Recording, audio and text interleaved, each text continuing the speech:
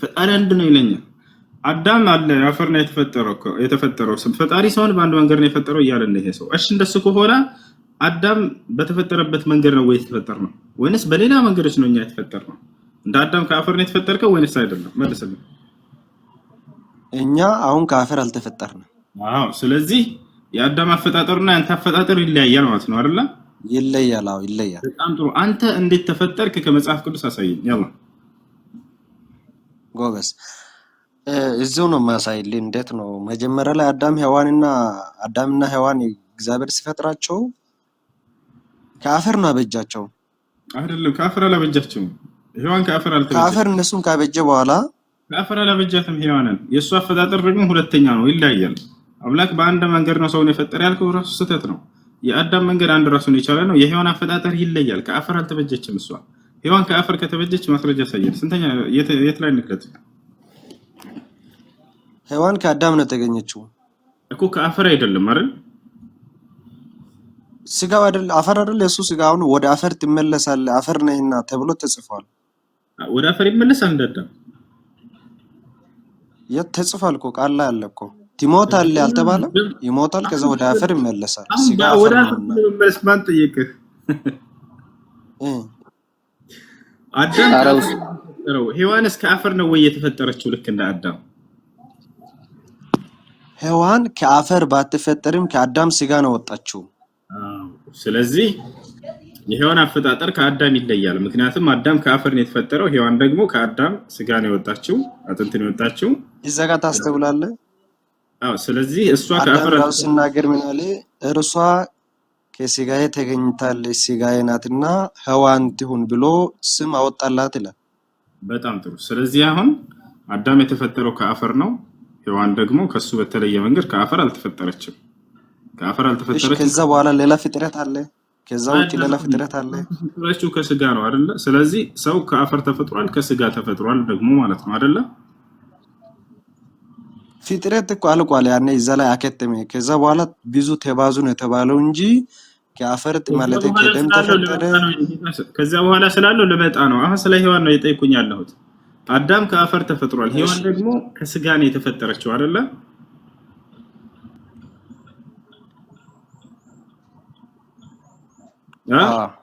ጎበዝ ልጅ። አንተስ እንዴት ተፈጠርክ? መቼም ከአዳም የግራ ጎን አይደለም አንተ የተፈጠርከው። ያንተ አፈጣጠር ንገረን እስኪ እንደ መጽሐፍ ቅዱስ። ያላ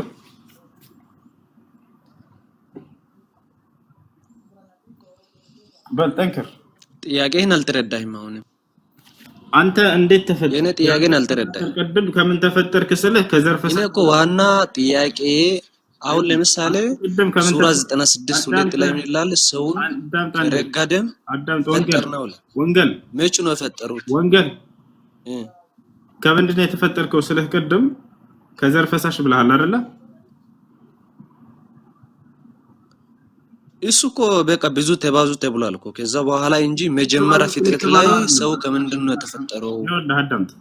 ብዙ ተባዙ ተብለሃል አልተባልክም? አይደለም። ቅድም ከምንድን ነው የተፈጠርከው አንተ ስልህ ከዘር ፈሳሹ ላይና አየህ፣ የተለያየ ሶስት ማለት አንደኛ አዳም ከአፈር፣ ሁለተኛ ሔዋን ከስጋ አልከኝ፣ ያንተ ደግሞ ከዘር ፈሳሽ። አሁን ጥያቄው መለያየቱን ሳይሆን እንደሚለያይ ግልጽ ነው የሶስታችሁ ማለት ነው። ነገር ግን ጥያቄው መሰለህ ያንተ ያፈጣጠር ሂደት እንዴት ነበረ? የዘር ፈሳሽ ቀጥታ ዘር ፈሳሽ የነበርከው ሆነ ነው ወደ ሰውነት የወጣህ ወይስ ሌላ ሂደት አለው በእናትህ ማህፀን ውስጥ?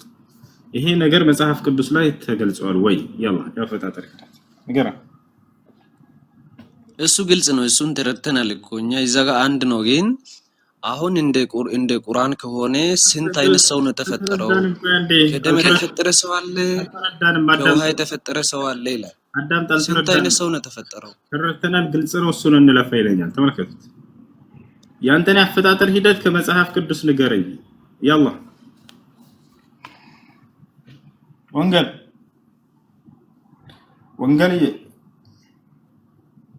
ይሰማል እኮ ይሰማል። አሁን ጥያቄን የተረዳህ አይደለም።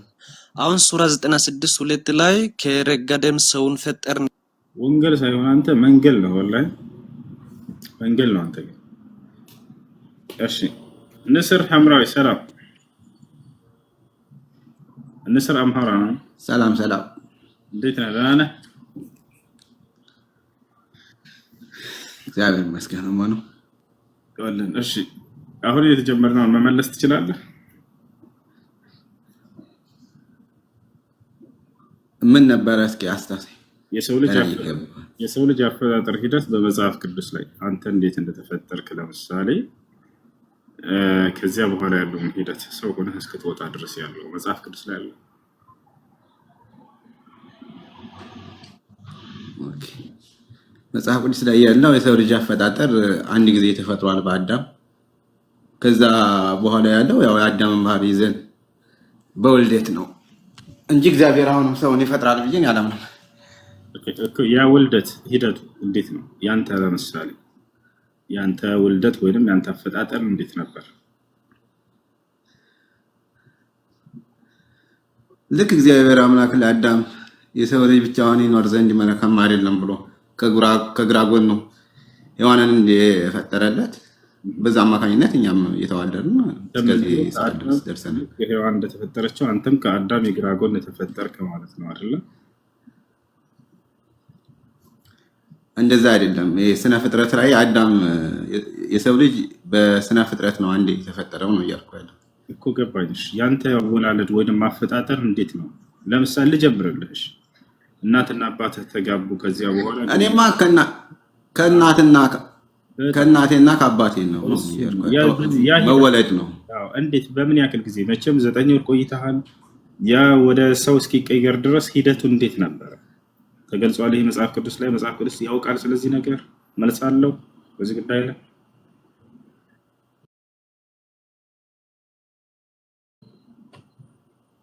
እኔ ጥያቄ አልገባኝም። አሁን ለምሳሌ እኔ ሰወልድ ያንተ ልጅ እንዴት ተወለደ ነው እያልከኛለሁ? አልገባኝም። እሺ እንግለጽልህ። ለምሳሌ እናትና አባትህ ሲገናኙ የዘር ፈሳሽ የሚባል ነገር አለ አይደለ? ያ ያንተ መነሻ ነው አይደለ? እኮ ህግ እኮ ብዙ ተባዙ ምድርንም ሙላት ብሎ እግዚአብሔር አምላክ ለአዳም እና ለሔዋን ትእዛዝ እንደሰጠ እናውቃለን። እሱን አይደለም ጥያቄ። አጀማመር በዛ አማካኝነት ነው። ታዲያ የሰው ልጅ የሚዋለደውም ሆነ የሚበዛው በዛ አማካኝ የመጽሐፍ ቅዱስ አንዴ አዳምጠኝ። ስለ ሳይንስ አይደለም እኮ የሰው አንተን ፈጥሬያለሁኝ ካለ አንተ ጥያቄውን እያረከው ያለው ሳይንሳዊ ነው እያረከው ያለው ጥያቄህን ማለት ነው። አይደለም ሳይንሳዊ ወደዚያ ታሽሽ። እንደዛ ሳይሆን አንተ ለአንተ አምላክ ህግና ስርዓትን ሲያወርድልህ ጊዜ የሚያውቀው አምላክ መሆኑን ያረጋግጥልህ ይገባል። አላህ በቁርአን ላይ ለቀድ አንዘልና ኢለይኩም ኪታበን ፊሂ ዚክሩኩም ይላል። በእርግጥም መጽሐፍን አውርጄላችኋለሁ በእርሱ ውስጥ የእናንተ ማንነትም አለ ይለናል። ማንነትህን በደንብ ወፊ አንፉሲኩም አፈላ ቱብሲሩን ይላል አላህ።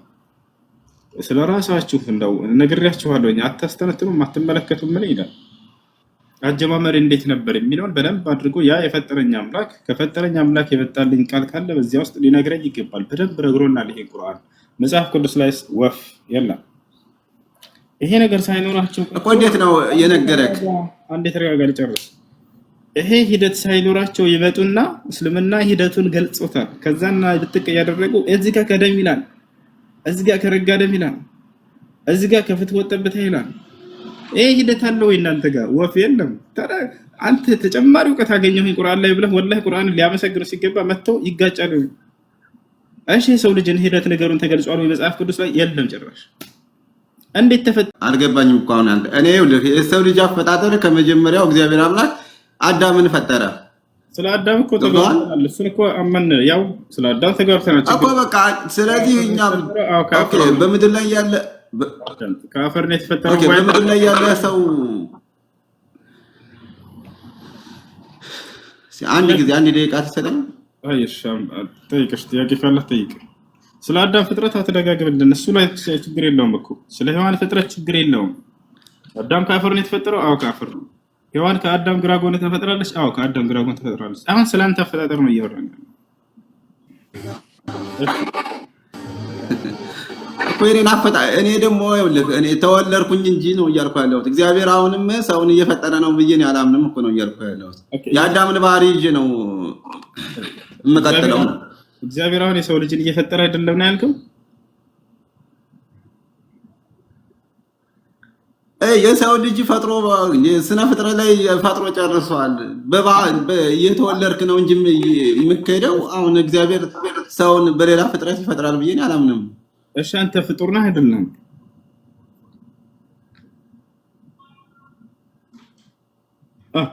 በል ፍጡር ነህ አይደለም?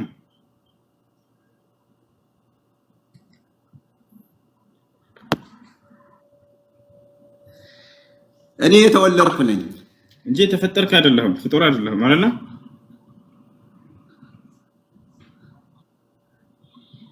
ይሄ መነጽር ያስገለብጣል። የተፈጠረው አዳም ነው እያልኩ ያለሁት እኮ። ስለዚህ አንተ ፍጡር አዳም ነው የተፈጠረው። እሺ ስለዚህ ፍጡር አይደለም ይሄ ሰው ክርስቲያን። ወዴት ነው? ፍጡር አይደለም ማለት ነው። በኢየሱስ ክርስቶስ ተገርመን ነበር። ኢየሱስ የተወለደ እንጂ የተፈጠረ አይደለም ሲል ጭራሽ ራሳቸውንም እኛ የተፈጠርን አይደለም። እንግዲህ እንደተመቸህ ፋስት እንደተመቸህ እኔ እንደተመቸኝ አይደለም አንተ እንደተመቸህ ፋስትረው አንተ እኔ እያልኩ ያለሁት አንተ እንዳልከው። እሺ ወይኔ በላቸው። እሺ ማን ጥያቄ አለ? የለም። ኦኬ አሁንም እሺ ጥያቄ ልጠይቅ። አሁንም አላህ ይፈጥራል ብለህ ታምናለህ? ያው አምላክ አላህ Subhanahu Wa Ta'ala ሁሉን ነገር እዚህ ዓለም ላይ የሚገኝ ማንኛውንም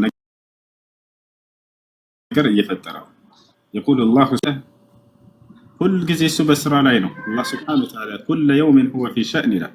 ሁሉ ጊዜ እኔ በስራ ላይ ነኝ ይላል። ሁሉን ነገር በማስገኘት ሁሉን ነገር በመፍጠር ላይ ያለ አምላክ ነው አላህ Subhanahu Wa Ta'ala።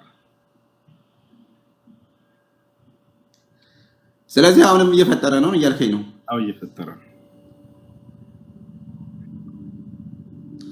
ኦኬ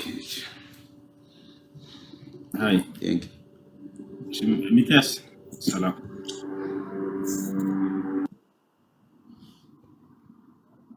እንዴት ናችሁ?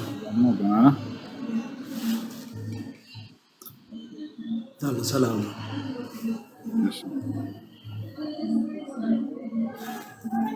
ወይ ኔትወርክ የጥሩ አይደለም። ላስተካክልና ሰላም አለይኩም። ወአለይኩም ሰላም ወራህመቱላሂ ወበረካቱ። ማሻአላህ ይጠብቅህ። እሱ አንድ ሰው ጾም ላይ ሆኖ ውሻ ቢነጭ ሰው ጾሙን ይበላሻል? ላ ጾም አይበላሽም። ኦኬ መርሐባ። እሺ ከነጀሰ በኋላ ውዱ አድርጎ መስገድ አይቻልም? ውሻ ከነጀሰ በኋላ ነጃሳው ሽንት ምናምን ከሆነ ችግር የለውም። ያንን የነካባቸውን ቦታ ማጠብ እና እንትን ማለት ነው። ለምን ልብስ ቀይሮ ማለት ነው። ይቅርታ የነካባቸውን ቦታ የነካባቸው ልብ ባሉ እዚህ ቦታ ላይ ከውሻ የሚነጅሱ ነገራቶች የተገለጹት ማንኛውም እንስሳት ደሙ ይነጅሳል። የሰውም ቢሆን ደም ነጃሳ ነው። ደም ነጃሳ ነው። ነገር ግን ከዚያ በኋላ ደግሞ ሽንትና ካካ ማንኛውም ስጋው የማይበላ እንስሳት ሁሉ ሽንታቸውና ካካቸው ይነጅሳል። ውሻም ከነዚህ ያለውና ሽንትና ካካ ይነጅሳል። ሌላ ውሻ ለየት የሚያደርገው ምንድነው? ልጋጉ ወይንም ለሃጩ ይነጅሳል። ነብዩ ሰለላሁ ዐለይሂ ወሰለም إذا ولغ الكلب في إناء أحدكم فاغسلوه 7 أولهن بالتراب وآخرها بالماء ውሻ በሆነ መገልገያ ዕቃ ላይ ልጋጉን ወይንም ለሃጩን ቢያስነካባቸው 7 ጊዜ ይጠቡታል። በመጀመሪያውን አንድም በአፈር ከዚያ 6ቱን በውሃ ብሎ ተናከረ።